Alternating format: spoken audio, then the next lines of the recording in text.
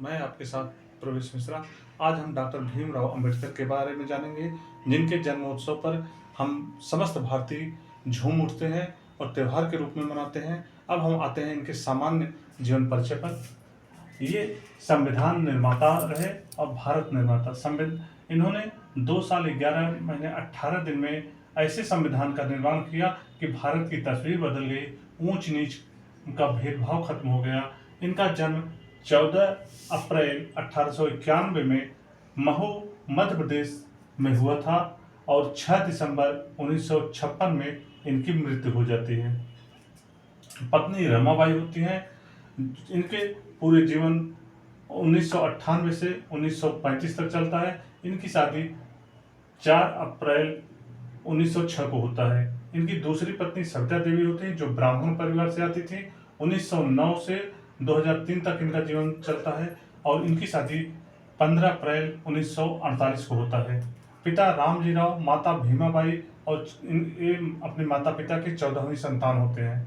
पिताजी सूबेदार पद से पे थे और 1894 में सेवानिवृत्त होते हैं, मतलब रिटायर हो जाते हैं और ये वापस सतारा चले जाते हैं। अब माता का वहीं पे निधन हो जाता है और इनके शिक्षक कृष्ण केशव जी अम्बेडकर थे, जो कि ये अपना अम्बेडकर टाइटल, जो इनकी जाति थी अम्बेडकर थी, इन्होंने डॉक्टर भीमराव अम्बेडकर को दिया और उसी के अपने उन्हीं के टाइटल के सहारे इन्होंने पढ़ाई किया और ये आगे बढ़े। राजा अब राजा इनके पास पैसा कम इनके पास अर्थव्यवस्था कम होने के कारण राजा को पता चला। इनकी प्रतिभा को देखते हुए राजा ने कहा इनको सादे विदेश जाने की पढ़ाई की व्यवस्था हम करेंगे।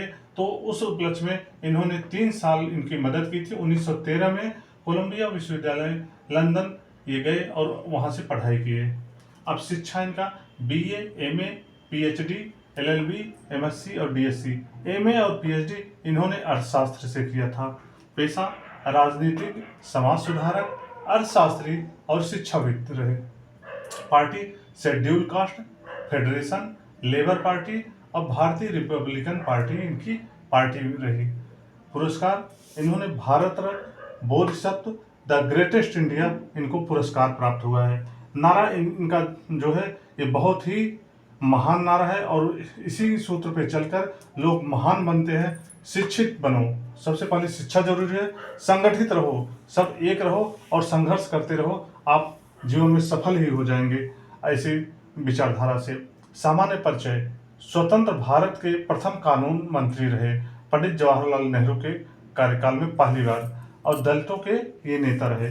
अब इनका रिकॉर्ड क्या रहा? एक सामान्य इनके जो भी रिकॉर्ड है इसमें एक सामान्य व्यक्ति के बस की नहीं है। एक वर्ष में 1600 किताबें पढ़ना, अपनी लाइब्रेरी में 50,000 किताबें रखना, 32 डिग्रियां हासिल करना, 9 भाषाओं का ज्ञान होना, ये सामान्य लोगों के बस की बात नहीं होती। जैसा कि हमने पहले भी कहा, ये धर्म, ये हिंदू से बौद्ध हुए। इन्होंने अपने जीवन के मध्य में ही बोल दिया था, लगभग 40-50 के आसपास में ही, कि हम हिंदू समाज में पैदा जरूर हुए लेकिन हिंदू बनकर नहीं मरेंगे। लास्ट में इन्होंने बौद्ध धर्म अपना लिया और भारत रत्न, जो कि इनको जीते जी मिलना चाहिए था, वो जो है मरने के बाद 1990 में इनको भारत रत्न मिला।